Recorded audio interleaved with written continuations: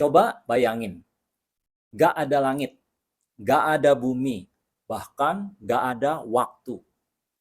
Cuma kehampaan mutlak aja. Tapi entah bagaimana, sekarang kamu ada di situ. Lagi berpikir, merasa, melihat mungkin ruangan kamu, atau alam semesta yang luas ini. Pertanyaannya, apa yang sebenarnya terjadi jauh sebelum kita ada? Apa sih yang memicu semuanya muncul dari ketiadaan? Dan mungkinkah ada maksud di balik semua yang ada ini?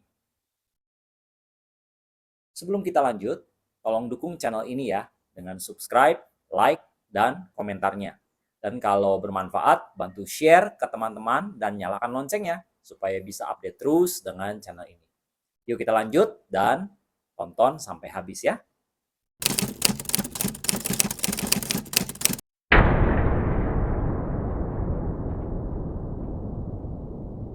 Pada awal abad ke-20, sebuah penemuan mengejutkan mengubah cara pandang kita terhadap alam semesta. Apa tuh?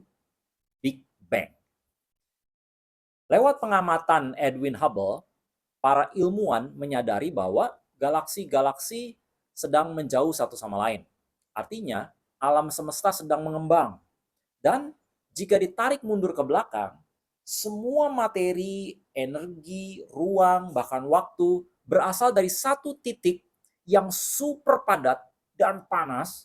Titik ini disebut singularitas. Teori Big Bang bukan sembarang teori.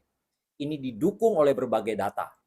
Radiasi kosmik latar, yaitu sisa panas dari ledakan awal, komposisi unsur ringan, dan pola distribusi galaksi. Bukan cuma dugaan ya, ini adalah kerangka kerja atau framework yang sangat kuat untuk memahami asal-usul fisik dari alam semesta. Tapi, apakah ini menjawab segalanya?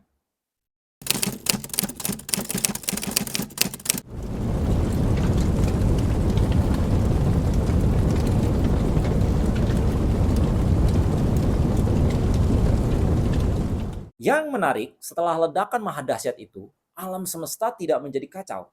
Justru sebaliknya, ia terbentuk menjadi sesuatu yang sangat teratur. Atom terbentuk, gravitasi bekerja, bintang lahir, planet mengitari matahari dengan presisi. Aneh kan? Kekacauan malah jadi keteraturan. Kamu pernah nggak lempar Lego seember gitu ke lantai lalu tiba-tiba jadi rumah-rumahan? Nggak pernah kan? Nah, ada satu keajaiban lainnya. Otak manusia itu kok bisa memahami semuanya itu? Dari hukum Newton, relativitas Einstein, hingga teori kuantum, semua itu bisa kita rumuskan dan uji. Pertanyaannya, kenapa alam semesta ini bisa begitu teratur dan dapat dimengerti oleh makhluk hidup seperti kita? Apakah ini kebetulan? Meskipun teori Big Bang menjelaskan awal alam semesta, tetapi masih ada banyak misteri. Misalnya, apa sebenarnya yang memicu Big Bang? Apa yang ada sebelum Big Bang? Sebelum waktu dimulai? Kenapa hukum-hukum fisika bekerja tuh seperti sekarang? Dan dari mana asal-usul kesadaran kita? Ditambah lagi, alam semesta ternyata terdiri dari 5% materi biasa. Sisanya sekitar 27% adalah dark matter. Dan 68% adalah dark energy. Sesuatu yang ya belum bisa kita pahami, tapi kita tahu bahwa mereka ada. Karena efeknya terasa. Seperti cinta. Walaupun tidak terlihat, tapi terasa. Jadi, meski kita sudah tahu banyak, sebenarnya kita baru mengintip ujung dari misteri semesta ini.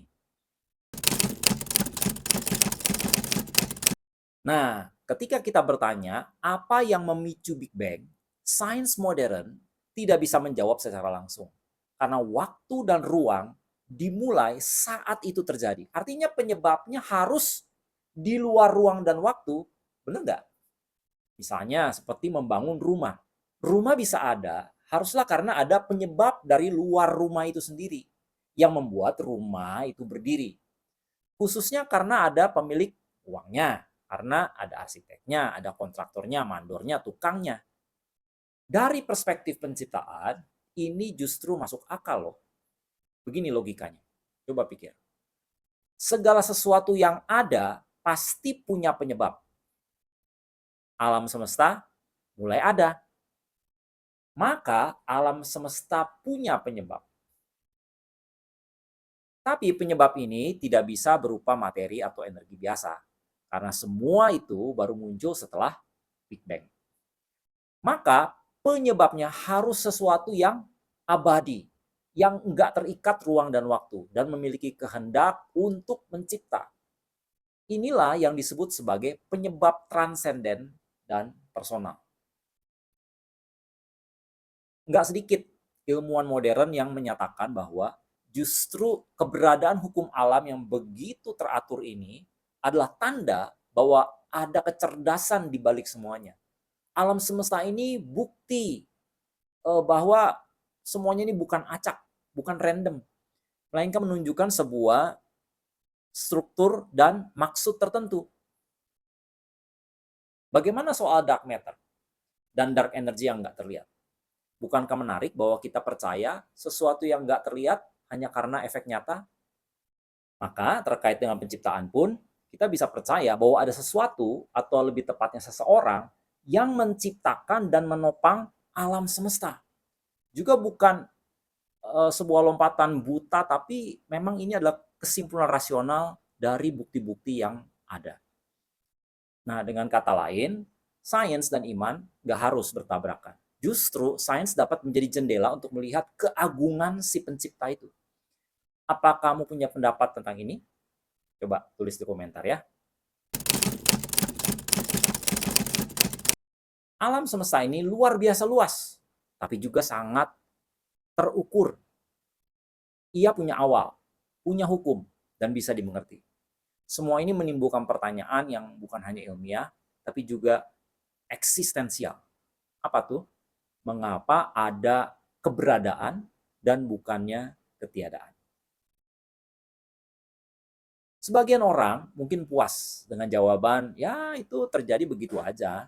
Tapi sebagian lainnya, termasuk saya, percaya bahwa di balik semua keindahan dan keteraturan ini, ada pikiran, ada kecerdasan yang merancang, dan ada tangan yang tak terlihat yang mengatur semuanya. Jadi, sekarang giliran kamu. Apakah kamu percaya bahwa alam semesta ini hanya hasil kebetulan kosmik aja? Atau memang ada maksud yang lebih besar kenapa alam semesta ini ada dibanding nggak ada? Yuk kita bereksplorasi, kita pertanyakan. Jangan puas dengan jawaban instan. Baca, dengar, renungkan, karena mencari kebenaran itu adalah perjalanan yang paling manusiawi.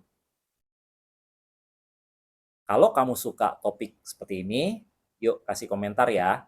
Terima kasih udah setia mendengarkan episode ini. Jadi tambah tahu dong. Sampai jumpa di episode selanjutnya.